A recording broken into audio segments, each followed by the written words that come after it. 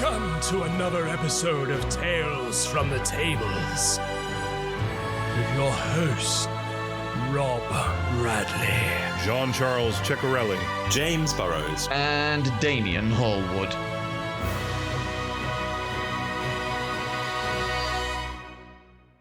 Hello, everyone, and welcome back to Tales from the Tables. Unfortunately, today we don't have James, although our intro would have you think otherwise. He's not here. He's busy dealing with some family matters. But of course, we do have myself, JC, and Damien. Hello. Hey guys. Hello. How are we all doing? Good. Can't Yeah, complain. very well, thank you. And James is with us in spirit. Let's be real. Yeah. He always is. Of course. Yeah. Of course. I can hear him chiming in now from work, from his office hours at work. Yeah, right. Yeah, exactly. So how have your weeks been? Good? Yeah. What day we're on? Thursday, aren't we? Yeah, Thursday. Yeah. Week. Over the hump day. Pretty good. Yeah, Can't yeah. complain. Good, but who would listen? Stand on your tiptoes. You can see the weekend. Yeah. Just about. Yeah, absolutely. A couple Got a lot of great D&D games this week. I've been Nice. reading a new adventure module I've got for not D&D, for Fallout. I pick up the Winter of Atom campaign book. Okay, so cool. That's a fun read. Yeah, how's that? It's really fun. I think the Fallout world is so vivid. It's got so many great factions and monsters and even dungeons. It has its, the vaults going underground and discovering ancient history and lost artifacts from a world long gone by. It's very D&D, just with a post-apocalyptic alternate past, alternate future aesthetic. So I guess the question is, what's that giant monster in it? The real difficult ones that you find at places. The Death Claws. Are the Death Claws like the Tarrasques of the Fallout campaign? They look a lot like a Tarrasque now, if you think about the two artworks together. Yeah.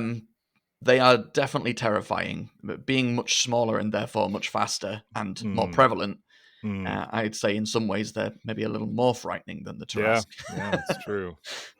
That's a cool idea. At the risk of making this podcast once again the deep dive into the RPGs we wished, do they have an Elder Scrolls TTRPG? Because I'm surprised if they don't.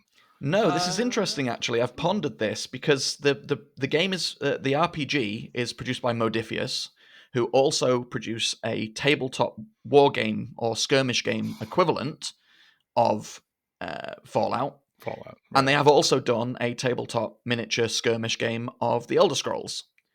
And so, at least to me, it seems almost a matter of time before they would bring Elder Scrolls TTRPG. Official Elder Scrolls TTRPG. That's wild. Isn't that wild?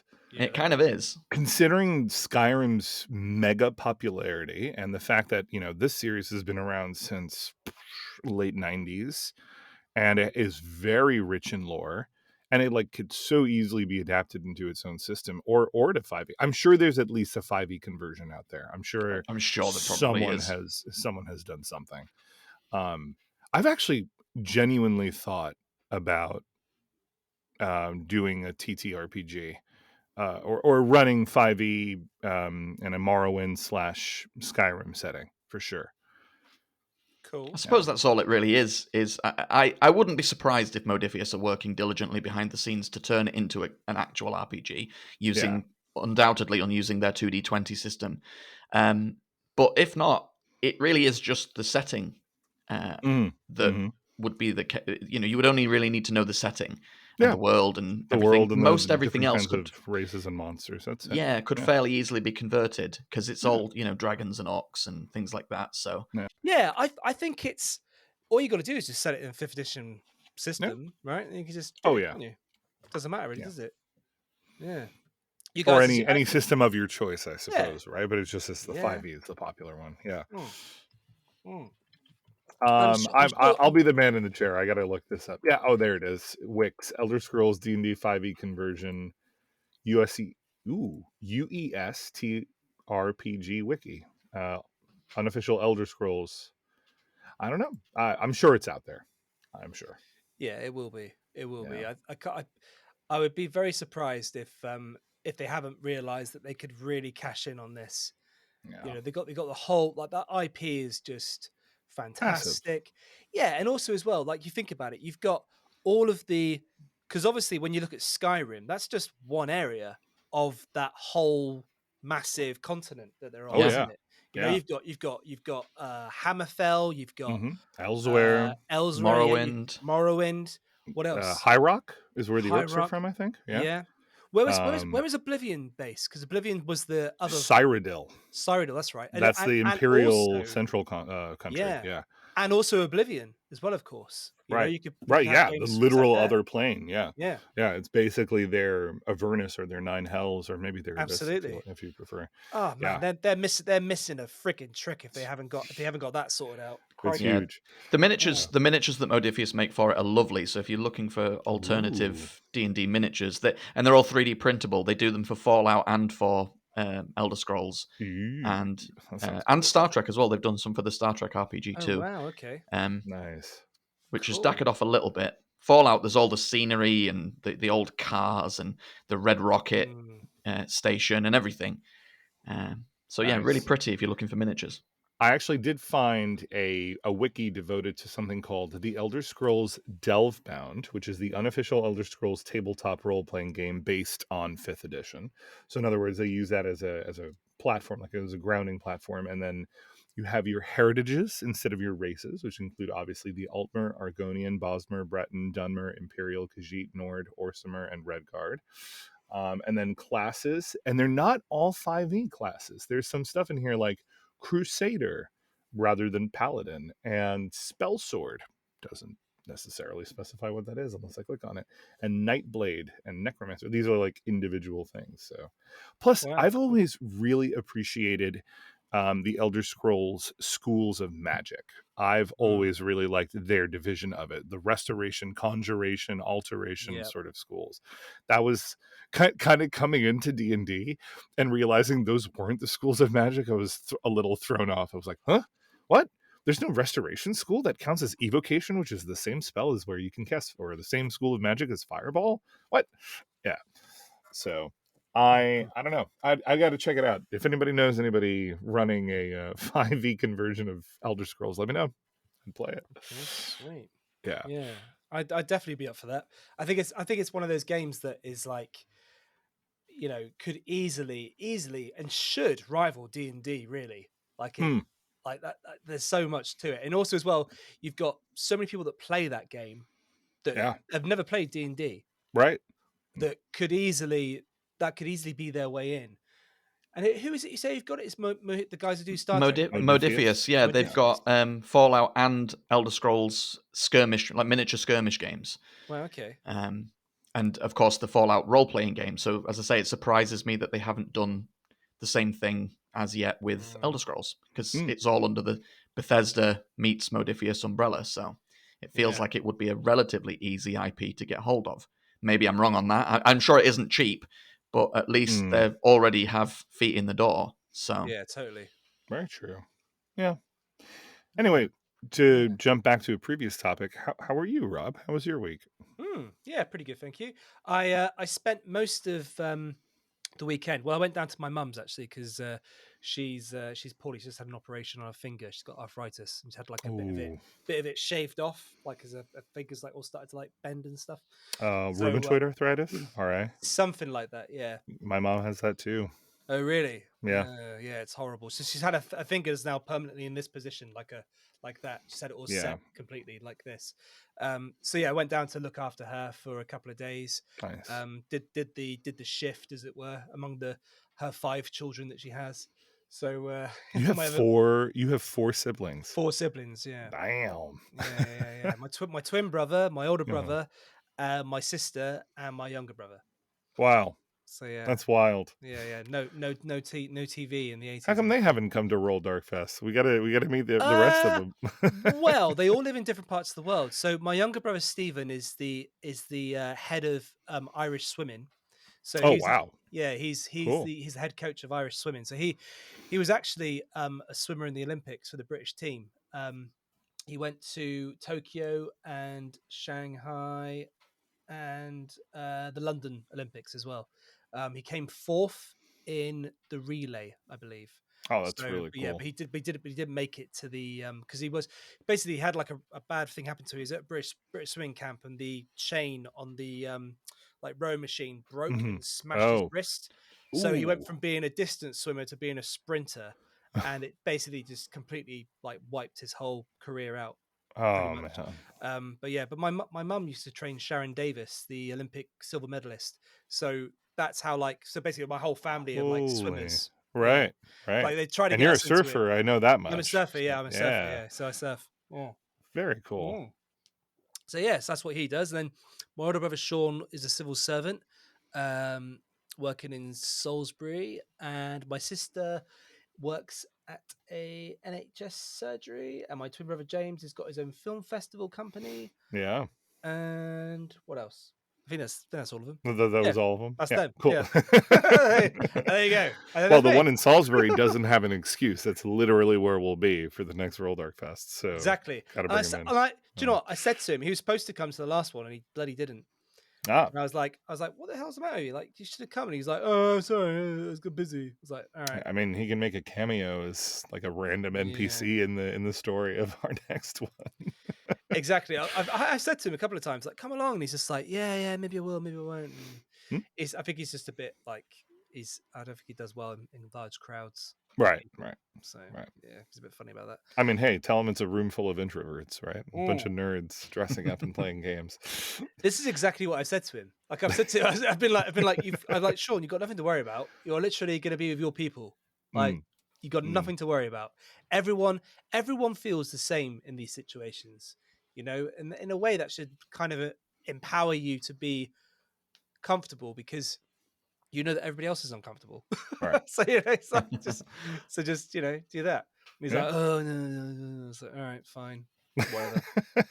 Well, Damien, But you're anyway. going to be there, right? At the next one? I'm actually not at the next one Oh, no. because Why? I will be almost certainly a second time father. Oh, right. Important life things. Yeah. Yeah. So I was like, not this one, who's going to sadly. be my sudden secret roommate that I Yeah, get to right. hang out with until 3:00 in the morning? Right. Yeah, exactly. I'm going down to the venue on the 1st of Feb. So if anybody's listening and wondering why there hasn't been any announcements yet as to what's happening and who sat where and stuff, it's just because I haven't finalized the table positions. And what I like to do is I like to go to the venue, sort that all out, and then once that's all done, I'll then send out emails and things. So expect updates, emails, sort of like around about sort of mid to late Feb Nice. on Roll Up Yeah. Fest 3. Cool. Very Nice cool. one.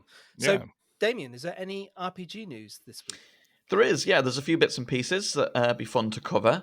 We'll start in the realms of Dungeons and Dragons. Yes. If you haven't already seen, it looks like Wizards with D&D Beyond have done this kind of this trend of going through the year and looking at the stats of everything and seeing what came out on top, much in the same way as sort of things like Spotify and stuff like that do, of kind of summarizing all the top listens and things like that. And of course, with D&D Beyond, it's focused on characters and character sheets and classes and races and names and things like that. And it seems that if you were to put together all of the most popular elements of character creation into one character, you would have a human fighter of around 28 years of age named Bob. You've got to be kidding. That is the top human, top species, as it will soon or now be known. Fighter, the top class. Bob, the top name. And the age around 28. Oh, for God's sakes! Isn't that bonkers? The most generic of things could be the most. That's so odd. Yeah, I would have thought it'd be like granted, an elf bard or something, or like a half elf bard. That would be my like. I've always heard, like throughout the history of D&D, that human fighter is ironically the most popular race and class combo, but I never thought it was still and officially this. And Bob, okay, like I wasn't expecting you to come out with like a big fantasy name like Elworth or something, but Bob. What's Are wrong with we? Bob? Bob's a nice Nothing. name. No, we love Bob. Sure, I'll start calling you that. See how well it goes. I think I get called Bob by just my dad, and that's about it. Hey, Bob, how's it going? And you're like, It's who? Oh, Bob, right, that's me. Bob. I'm like, uh-huh. There are three It's okay. names. My dad calls me idiot, so I mean, we'll take it where we can get it. There are three names that have seen growth over the period they were looking at. Link. Jim. Link grew okay. by 23%. I can't imagine why No clue. the name Link No would be clue. popular in 2023. Yeah. Yeah, no idea. The other two are Serafina and Okay, cool. Lyra. Oh yeah, Lyra's really popular, especially with Is that catching on? Yeah, it's massive. Lyra, I love it. I think isn't there a character in His Dark Materials named Lyra? Yeah, she's the main character. Which is I'm not familiar with that franchise, so forgive me for my ignorance on it. But yeah, that's probably helped seeing. Serafina, I don't know whether it's a relation to the Seraphim or there is another character I'm unaware of who's been popular. Probably. Well, I'll do some research. Level is another interesting one. The average level is 4.77 according to their stats, so just under 5. That's the average, meaning that there's outliers, and then most people probably never get past like levels 1 or 2. Yeah, that's what that is. Oh my gosh! Out of 20 levels, 4.77 is the average, which is amazing. In some ways, kind of sad. Yeah. No one ever gets to fun later levels. There's so many cool things you guys can do at 9. Like 9 is a great level to play D&D. That's just at the cusp where the DMs start getting a little exasperated with how difficult it can become for later levels. But it's oh man, that's such a shame. Yeah. You stay at 9 for quite a long time as well, don't you? Like you can't. For a good long while. It's a very hard milestone to bump up to 10, basically. A lot of XP. But what are some of the other stats? I'm really curious. Like, what other stuff did they share? They shared a few things. So they said that 180 million characters or NPCs were played. 88 million monsters were fought or befriended. This is, of course, D&D Beyond stats. So over and above this, there is, of course, the world of playing at the tabletop and everyone that doesn't necessarily use the platform. So there's that to consider as well. The most popular claimed item for all of you Baldur's Gate 3 fans, they released character sheets for the party members of that game. And Gale was the most popular. Yes. Gale of Waterdeep, the other human, human, basically. I love Gale. He's great. Searches on the mobile app, 13 million searches, with the top searches being Druid and Dragon. Interesting. 1.9 million players rolled dice 141 million times. Wow. Wow, bloody hell. 6 million new characters were created. This is just D&D Beyond. This is just D&D Beyond. Yeah.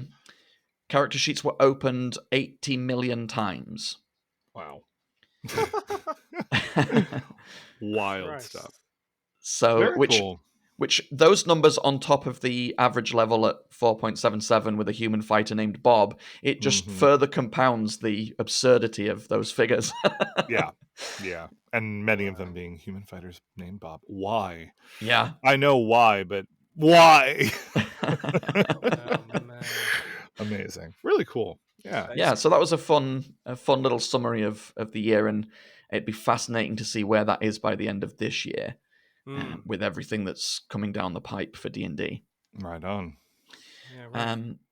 For you parents out there, if you've ever got the ABCs of D&D or any of those cute little books, they're doing another one from Dungeons & Dragons called A Long Rest for Little Monsters, which will introduce kids to beholders and dragons and mimics and adorable. All those fun things. It's got an adorable, beautifully drawn front cover with a beholder with a little nightcap on, and yeah, it's very cute. On each one of the eye stalks, or just central head? The central head. Yeah. The thing I worry about these is that if they if you're sort of teeing up the monsters in D&D to be like, oh, lovely, cute little cuddly wuddly guys, kissy guys, what's the shock going to be like when they eventually transfer over to the actual monster manual and realize that their beloved beholder who wears a night hat is actually the most maniacal, evil, badass motherfucker that you'd ever, this like horrendously vain, like, do you know what I mean? Xenophobic. Xenophobic. Yeah. It's like slave this, owning, like slave owning. half the monsters are slavers in D&D. It's like, terrible. Yeah, it's like the whole idea, the whole like world would just be crushed into like, oh, that's not right. Surely the beholders are nice and lovely and they read bedtime stories. No, they don't. You I guess you soften the transition by like introducing a friendly, smaller beholder that can help you to defeat the evil other beholder, and then that's a great life lesson in there, being like, see, there's good and evil in everything, honey. Yeah, exactly. I suppose you could do it that way. There you go. It'd be interesting. Free dadding advice from the non-dad of the group. Yeah, nice. I had some great dad advice the other weekend, actually. A friend of mine was like, he said like, actually it may have been you, Damien, that gave me this advice. I can't remember exactly who it was. Basically said, when you're reading bedtime stories when they're really little, just read whatever the hell you want. Like literally, like you don't have to read them stories. They're not going to understand what you're talking about. So you could read them The Hobbit. You could read them any of the Philip Pullman books. You could read them whatever books you've not got around to reading that you would love. You could just read. Yeah, just read it out loud. You could read the newspaper. Right? Exactly. Yeah. You could read the monster manual. That'll be you. I picture you doing that, Damon. You're the monster manual guy. Just cracking open and being like, yes. Starting with the very top, CR9. You know. The Aboleth. Have you guys ever created your own monsters? Yeah. Yeah. Oh yeah. One of my favorite things to do. Really? Like I love monkeying around with stat blocks, combining stat blocks, Frankensteining stat blocks, making brand new stat blocks, and thinking of new features and stuff like that. That's probably what I spend. Not a majority of my time doing for prep for a session or a game, but it's certainly one of my most favorite things I do. Okay, cool. Because I've done it too. I've got like about I think I've maybe made about 7 or 8, something like that. Nice. But it'd be cool to collaborate and make our own little monster manual. And we could sell it. Sick. We could get sell it. Submissions from all the GMs and sell it. Make some money. Yeah, make some money off the people. But yeah, why not? Why not? What about you, Damien? You surely have done this. I have, yeah, and I like to tinker with monsters as well. I like to bring monsters from older books into 5th edition too. I've done that a fair amount. Most recently, I did it with the Pod Demon. I don't even know what that is. Demon. I know it's in definitely in 4th edition. I'm not sure if it appeared earlier than that, but it's a super cool kind of slimy plague-like demon that sprouts miniature versions of itself out of its shoulders. I'm seeing that. Weird. Crikey. And I wrestled with what would be its actions and bonus actions, right? Because. And I think this was an ability it had in 4th edition that was fun to convert, is that it can swap positions with any of its minions. So the minion grows and becomes it, and it shrinks down and becomes a minion. So it can switch places on the battlefield. Cool idea. Great idea. And it maintains all its stats as it switches and everything. And sure.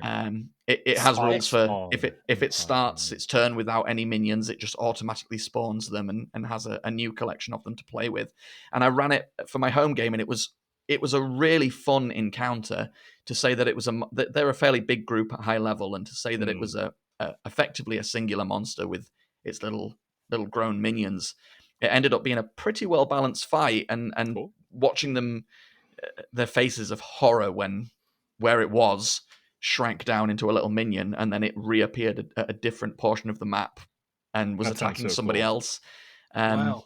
I had it able to like overarm its minions across the battlefield and then detonate them like grenades, and it was such. I love monsters that have loads of utility on the battlefield. You can do loads of different things to switch things up, and I'm a big fan of it maybe unbalances things a little bit, but making more bonus actions or reactions than Same. actions. Same. 100%. 100 p, as people say. Honestly, I do that so much, and I think the MCDM RPG will see a lot of that. I know their book Flea Monsters has a lot of that as well. Almost everything has a bonus action, and many things get a reaction. Just basically more fun things the monsters can do, rather than making everything an action, or at the very least, like expanding the multi attack into sort of like a multi action thing, right? Like instead of just attacking twice or casting a spell, oftentimes what I'll do is have the monster attack once and cast a spell of like 0 to 3rd level, or attack twice, with a melee attack. Yeah, basically I think I do that a lot. I add reactions and bonus actions to monsters, or at the very least, I give them more that they can do as part of their multi-attack, especially with spellcasting monsters, because it feels like, say you're having a boss fight, and the boss comes with a complement of wonderful spells, but most of them are ranged, and then suddenly 4 out of your 8 guys are crowding around them and hitting them with melee attacks, and they can't get out of there, right? Short of a Misty Step everybody has. Yeah. So at the very least, what I do is sometimes buff up a multi-attack to, instead of just making 2 attacks or having to choose a spell, I'll say like, you can make 1 attack and then cast 1 spell. So I kind of make everybody blade singers, basically. But at least that way there's some variety and there's more danger and stuff. And Damien, I found it so cool what you were talking about with this pod demon, because I just ran into this problem not long ago, especially with large groups.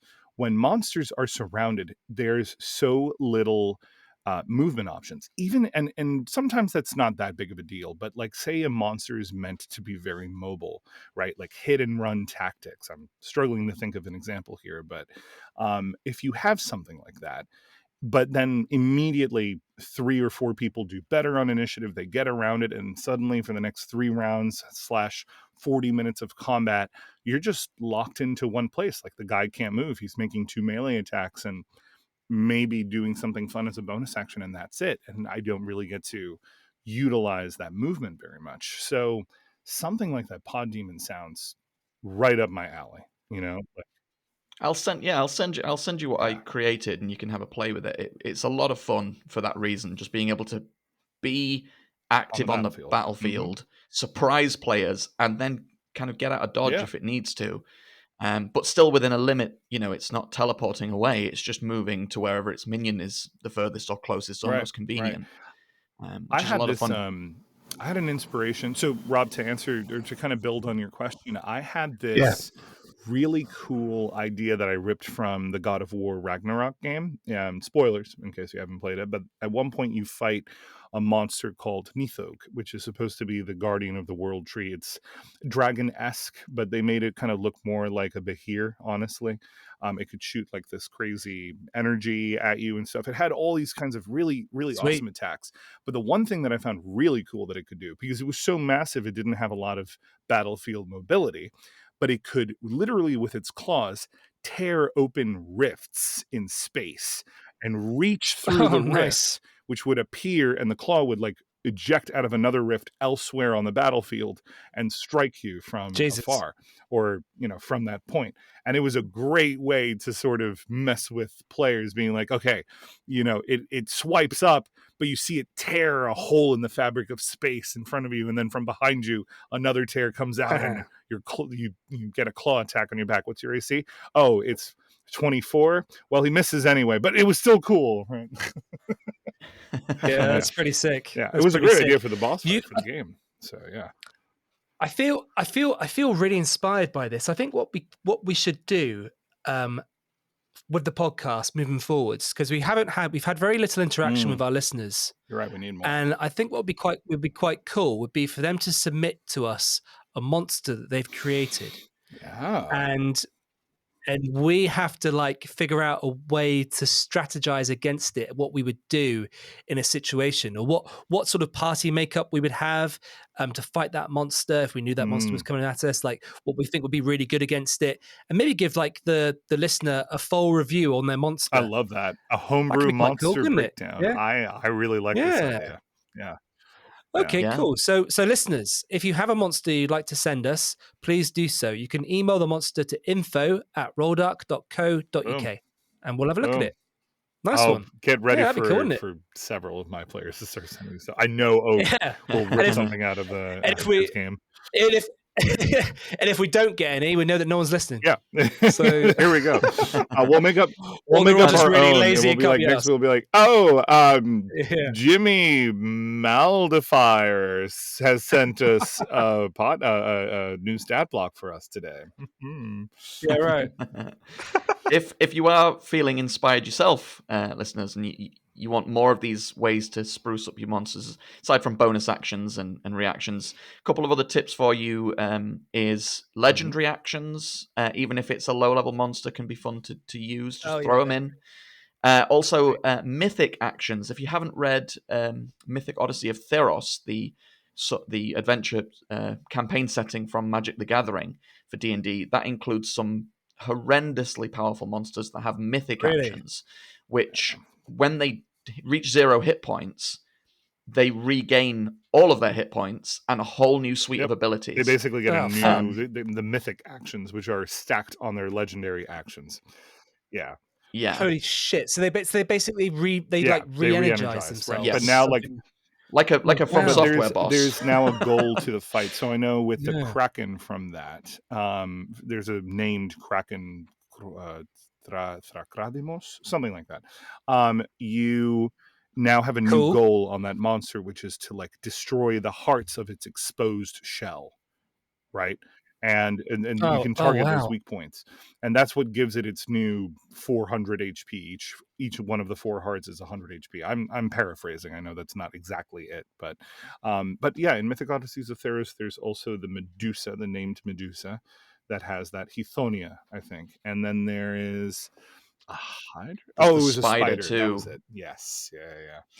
Yeah, the Spider Queen, very Lolth-esque. I think she covers herself in her babies, like she gets a shroud of baby spiders. Yeah, just to freak you out more. Really cool. Giant Spider is never afraid of dealing with those. Lots of baby spiders. No. Yeah, right. Yeah. There's a great new module I discovered for Foundry where it's called Swarms. So basically, it animates a token and populates the space with versions of it. So in other words, if I have a swarm of spiders and I want to add that into a game in a very visual way, I can drop one token of a itsy bitsy spider in a very, very small space inside of its 5-foot square, and then suddenly it multiplies that into however many I tell it to. It could be 20, 30, 40, and they all move around in different movement patterns, so they look really visual, and as the swarm approaches, they all kind of follow in a line, and I can have it stack over a token so it covers the player's token, but you can just about still make out the player token, and they're like, oh god, get it off. Yeah, right. It's a lot of fun. That conjures up images of the King Kong movie that Peter Jackson directed when they fall through the gap. Oh god, what the hell is that all about? I remember watching that for the first time and being like, "What the it was messed up." Andy Serkis with that death scene where he's he's got the 4 limbs and the worms, and then the one comes over his head. Ugh. Oh god, it's so dark. I mean, you could tell because Peter Jackson was a horror director, wasn't he? He was, yeah. Brain Dead, I think, was Brain Dead. That's right. Yeah, he did that, didn't he? So he's obviously like into all that kind of shit. And I was just like, oh god, it was really fucking horrible. I love that. In the same way as Sam Raimi with Spider-Man 2, there's the sequence where Doc Ock first gets up off the hospital bed. And the whole sequence becomes this very Evil Dead the table saw, remember horror that? sequence. The table saw, the shadows, the way the tentacles are attacking people, the screams. It's a kind of PG horror sequence, but you can, if you're a horror fan, you can see the roots of horror in it. Yeah, the weapon entering the frame. Yeah, very similar. Quickly, in a very identifiably Sam Raimi style with Evil Dead and stuff. Yeah, but it suited Yeah. that sequence so Yeah, well. it did. The horror of these mechanical limbs with a life of their own, and Yeah, right. even Octavius hasn't woken up yet. Yeah, He doesn't even realize he's what down, he's doing face down in until the he corner wakes the up. whole time. Yep. Yeah. So what have I done? What have I done? What have I done? Hello, Peter. Classic. I love those guys. The reunion of the Spider-Man and their villains in the latest Spider-Man movie was so gratifying and so satisfying. And I was like, it feels kind of early, but then I realized it's been 20 years since the first Spider-Man film, since it's nuts. bonkers, It's nuts. And the moment where I was actually just watching an interview with Willem Dafoe, which if you guys don't watch interviews with Willem Dafoe and you want to feel good about the world and just smile at someone who's just being such a genuine person, watch a Willem Dafoe interview. He seems like the most generous, down to earth kind of guy, and he's always happy in his interviews. Like, I kind of want to be his friend. But hey, Willem Dafoe, if you're listening, hit me up. He's a great actor. Yes. You've seen The Lighthouse. Oh my God, phenomenal, right? And he's been doing this for so many years, and he was kind of just going through his movies.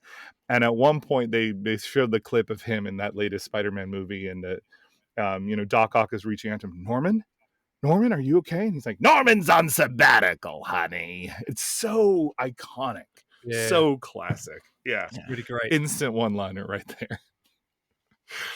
Yeah, so fucking good. What were we talking about? He was really well cast, wasn't he, as the Green Goblin? There's a lot of talk about how he should have been a Joker in a Batman film at some point. Yeah, he should have played Joker, really. He would have been great. He still could play Joker. Yeah, he still could. Would have been a better Suicide Squad pick than Jared Leto, but that's just me. Sorry. Yeah, that's an odd choice. He's Jared just an Leto. odd I don't know why duck. they picked him.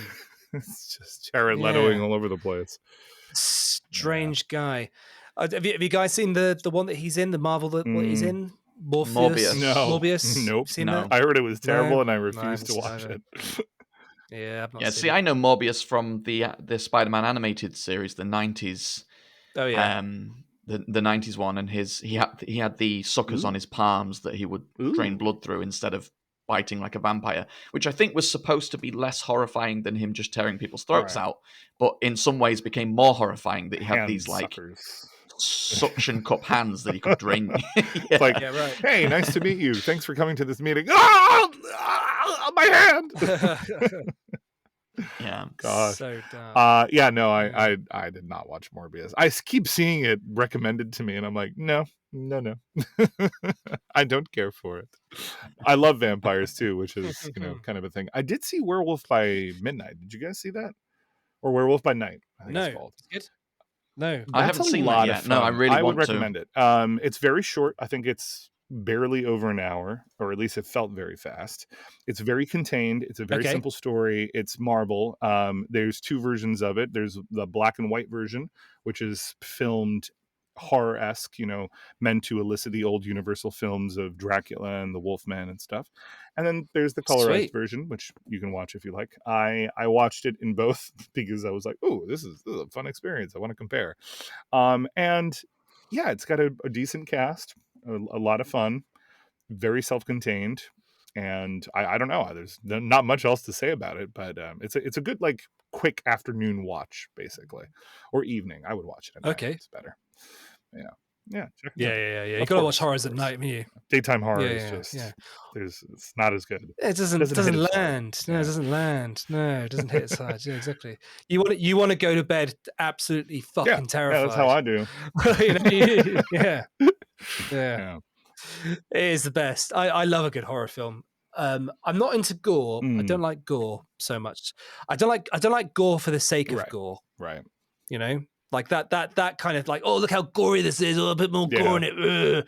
It's got to have like an actual reference to why it's got to that point. Right. You know what I mean? It's like the Saw films, for example. I'm not a fan of the Saw films. I like the original. Thought the original was pretty good, but the rest of them, I was just like, I've seen the first one. I think most of it. I don't even remember if I've seen all of it. But I'm not a big thriller to bloody gore fan either. I think I'm more in your camp. Yeah. I really enjoyed Poltergeist. I thought that was a really good film.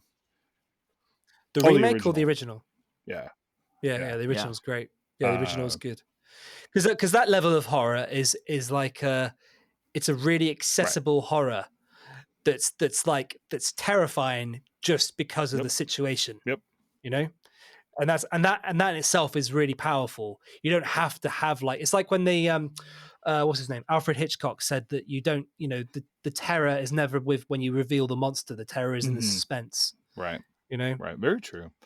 There's although there is. Sorry. Go ahead, Damien. I was going to say is it Poltergeist? There is a sequence where the guy sort of effectively peels off his own face in the mirror. I don't actually remember. To be fair, I've watched this years ago, and I've been meaning to do another rewatch. But that is, given the rating of that movie, that sequence is. He goes to the mirror and he starts peeling and peeling and peeling and goes all the way to the skull and then realizes it's just a conjuration of his own mind or the haunting. But yeah, that's it's akin to the face melting Indiana scene Jones, from Raiders. Yeah. Someone mentioned that yesterday. Was it yesterday? I don't even know what day we're on. But whatever day I was playing in a game, and someone was like describing their kill, the last sort of epic thing, and they said, "Oh yeah, their face melts off," and I just found the GIF of the Ark of the Covenant and slapped it in the game, and it just lived there on loop while they were describing it, and people were like, "Ew." Yeah. That's so dark, isn't it? Like Raiders of the Lost Ark, that ending was so dark, and also like the Last Crusade as well. Temple of Doom's really dark too. Oh yeah, when they're ripping out the hearts. Yeah, right. Of course. The insect scene in Temple of Doom is the one that gets me, where she like has all the bugs in her hair. I'm like, nope.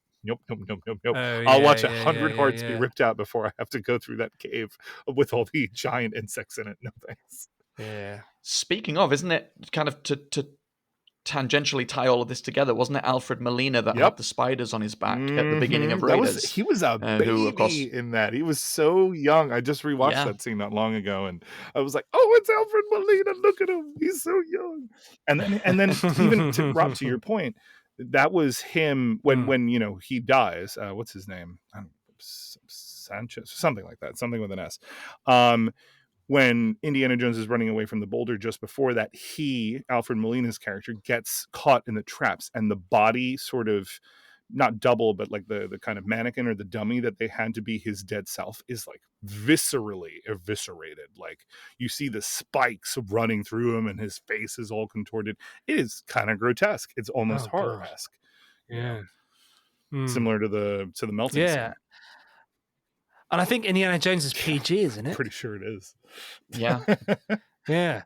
So they clearly didn't watch the fucking thing. It's like, it's a guy in tomb. Yeah, okay. Well, it's PG. Yeah, PG.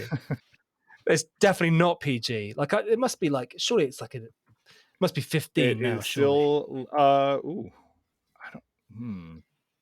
12A? No, it's still PG according to IMDb. How's that? Good God. So yeah, kids, go watch a face melting scene at the end of that. Yeah, right. That's totally terrifying, that scene. The ghosts flying around and stuff. Forgot about that. Yeah. Oh God.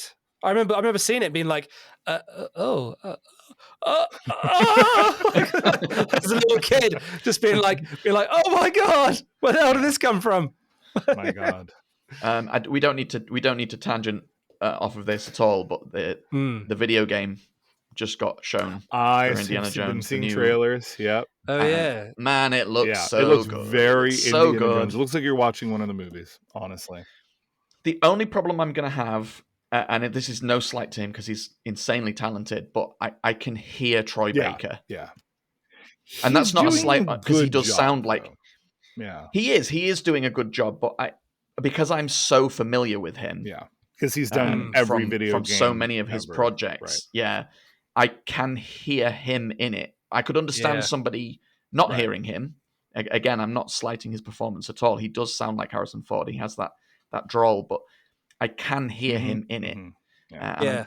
I'm sure I'll be able to get past it. I am honestly surprised. Well, no, I'm not surprised. I'm grateful that they did not go the path of AI for Harrison Ford, because they 100% could have just taken all their Harrison Ford material, fed it into a machine, and be like, read the or I'll have a voice actor read these lines, and now you just dub it with the Harrison Ford voice. And they could have easily done that. They did not need that bad press. Yeah, and Harrison Ford is definitely one of those actors that he just loves his payday, so he'll probably quite happily sell himself as he loves like the check. his AI Very version, his true. license. I actually just learned that he didn't really care for the Star Wars films. I never knew that. No, he didn't care about them. Hates talking about them. Like hates people bringing him up. Surprised he said yes. He just thinks it's just like the new one, to The Force Awakens, because they handed him a check. That Disney money. Yeah, they handed him a check. He wanted to get a payday. I think he stipulated as well that, as well as obviously probably a massive paycheck, he also stipulated that Han Solo not make it through the new movies. Yeah. Well, he wanted that in the originals as well. He wanted to be killed off.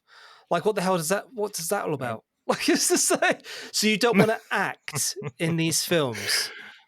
You don't want to be in. All right, cool.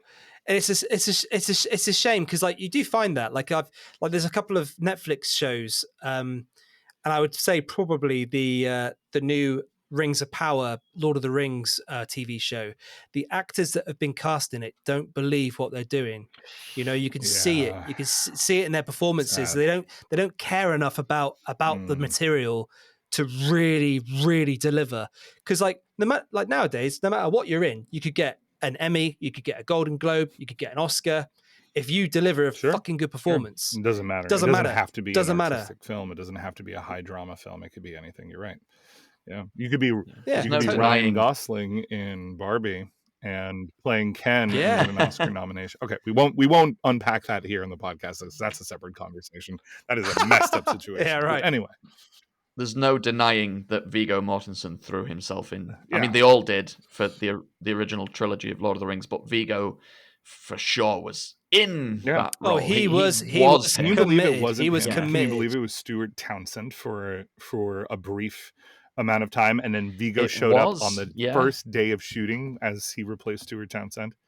Can you believe it? That's nuts? That's nuts. Wow, really? And why did they replace Stuart Townsend? Stuart Townsend was being difficult to work with. That I've literally just read this last night. Yep. I've known it from before, but I came across my feed again, and apparently he didn't want to do any of the like extracurricular stuff. He didn't want to train. He didn't want to learn how to sword fight. He didn't want to practice on horseback.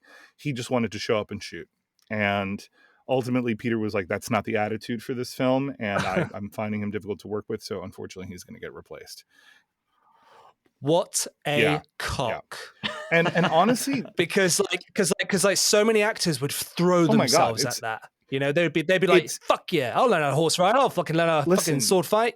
I don't know. Maybe Lord of the Rings was the movie that did this, but to scoff at fantasy or science fiction, a project just because it doesn't have real world stakes is no longer viable. And I think maybe Lord of the Rings was the film trilogy that proved that like you shouldn't do this anymore. Like you can't treat these movies like a joke because they can catapult careers, and there are millions of fans out there for these kinds of things. And you can take something nerdy and ridiculous and make it beautiful, and look at Marvel and look at everything. And not that they're the Criterion collection, obviously, but nonetheless, there are great moments in that, and great people have had great careers coming off of those films. Right? Oh yeah.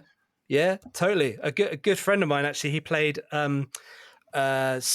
Lucifer's son in Supernatural, and he's in like a bunch of episodes, but he's not like, he's worked since as an actor, but he bought a house off the money that he makes from conventions, just from conventions, going to conventions, signing autographs. That's an actor's dream. That's literally what he does. Like, having at least mine, to be involved in a franchise where I can bring something to life for millions of fans that are super into it. And maybe it's not my thing. Like, I've never been interested in Percy Jackson, the series, for instance. I've heard people tell me I should get into it because I'm big on mythology. But if I was offered that role, I'd deliver. I don't know. I'm speaking in I'm not a famous actor. So it's funny you say, 'cause my partner Charlotte's in Secret Invasion, and what? she no, you don't know that? Yeah, she's in Secret Invasion. I should finish it. Yeah. She plays Soren. She plays the mum of Emilia Oh Clarke's my character. god! Wait, I'm freaking out. Really? Oh, that's so cool. But so listen to this. So when in the lead up to her filming, when she got the role, well, before she even got the role, I was like, every Saturday night, she was like, "What do you want to do?" I was like, "Let's watch the chronological order of the Marvel films. That'd be cool." And she's like, "Nah, I'm not interested. Nah, I'm not gonna watch this." And I was like, "Come on!" I was like, "You'll love them. Like, Endgame's supposed to be amazing. Please, let's just watch them." And she's like, "No." And then she has this audition, and then all of a sudden she's like, "Oh, actually, yeah, maybe I'll watch them." So she watches them all the way through, and then she obviously gets the job, and she's like amazed and stuff. But she acted with Samuel L. Jackson, so she shares in the filming of it. She shares lines with Samuel L. Jackson, and there's a death scene with her and Ben Mendelsohn, but those scenes all got cut. And the annoying thing is in the episode that she's in, she's literally just stood there with a younger version of Emilia Clarke. Doesn't have any lines, and that's literally has and she's no in disguise. lines. Of course, that's she's a Skrull, that's a scene. Right? Yeah, well, she turns from a Skrull into herself, so you see her as herself. So she is there. But there's like a whole scene that she had. There's a whole all cut of the last. Yeah, all cut. Well, yeah. Which then I won't shit talk Secret Invasion well here. No, it's unfortunately dreadful. It did not really hit the mark. No, maybe if they kept those scenes that were cut, it would have been better, right? They were under a lot of pressure from the Marvel community to move it back to a very serious, dark undertone, because they didn't like the fact that it was going to kooky comedy-esque with She-Hulk and stuff from the it was all very like comedy sort of. So they wanted to go back to a darker setting, and listen, the premise was there. I don't know what, and the star talent was there. I don't know where they went wrong with between Ben Mendelsohn and Samuel L. Jackson and Charlotte Baker. Jesus Christ! I mean, like, yeah, right. But it's funny because a friend of mine who, I say he's a friend of mine. He was a friend of mine. He is actually the ex-boyfriend of a very good friend of mine. Kingsley. Kingsley, Kingsley, the guy who plays the main bad guy. Oh yeah. Secret Invasion. Right. He's in the OA. He's in the OA. Yeah, Kingsley. He was also in the Barbie movie as well. But he's oh wow. Yeah, but I know him quite well. Yeah. I've got a lot of dirt. On him as well. Turn that whole man's career upside down. That's cool though. Yeah. Oh man, I had a thought. Wait, I was going to bring this back to TTRPGs and stuff. With a thought, I forgot. We'll get back to it. Oh, it was about Secret Invasion. And it was about the plot. So, I'll save it for our Tales from the Table official segment, because Damien, I don't even think we ever officially finished the news, did we? No, we did all the D&D stuff. There was a couple of releases we can save for another one. Okay, cool. Let's do Tales from the Tables, because we don't have much time. I got to shoot off in like I'll 5 make this minutes. super quick. So, as best as I can, but trying to do it justice. So, starting with a submission that we have, which was from our lovely Chris in our obviously.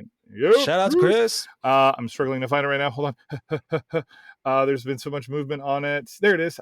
So Chris shares this story. Yes, during a private game for lawyers, one played a GIF fighter, not a GIF fighter, so not the Gith Yankee or Gith Sarai, but GIF, aka the hippo people from space that are basically soldiers.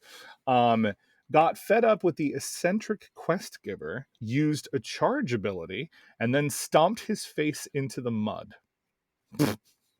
The quest quickly became get out of the haunted clock tower as a menacing poltergeist attacked you after that. I've been there.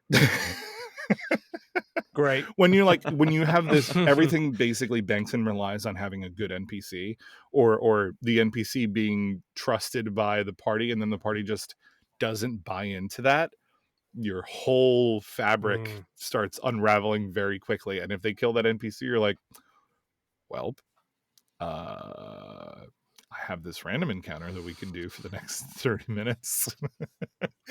I feel that. Gosh. It's a source of great pain. I've had it in the past where I've intended for an NPC to be, not threatening, and just saying the wrong thing or giving it the wrong intonation, and all of a sudden the players are like, I hate that guy. Yep. You never know. You never know. Yeah. Always have a backup plan is what I've learned. Always get another way Absolutely. to have the team get to their objective and keep the story on track. Because if it's the NPC they don't like, then that's not something you can fix. So my tale from the table, I'm very excited to share with you guys because I've been looking forward to this for the past few days. So last time we talked and recorded, I told you I had this idea about having this party deal with a lamia, and they were they TPK'd or TPU'd to her because she had produced an illusion, and my idea was like maybe we start the next session not picking up exactly where we left off, but certain time has passed and it wasn't clear how much time had passed and they were serving. I took this idea and ran with it. And you guys, we probably had one of the best sessions of D&D I remember playing in a good long time. It was so intricate and so much fun. So first of all, I had versions of their characters. Basically, I hid their real character sheets and I copied and gave them fake versions of their characters that only had 2 action abilities: praise and serve.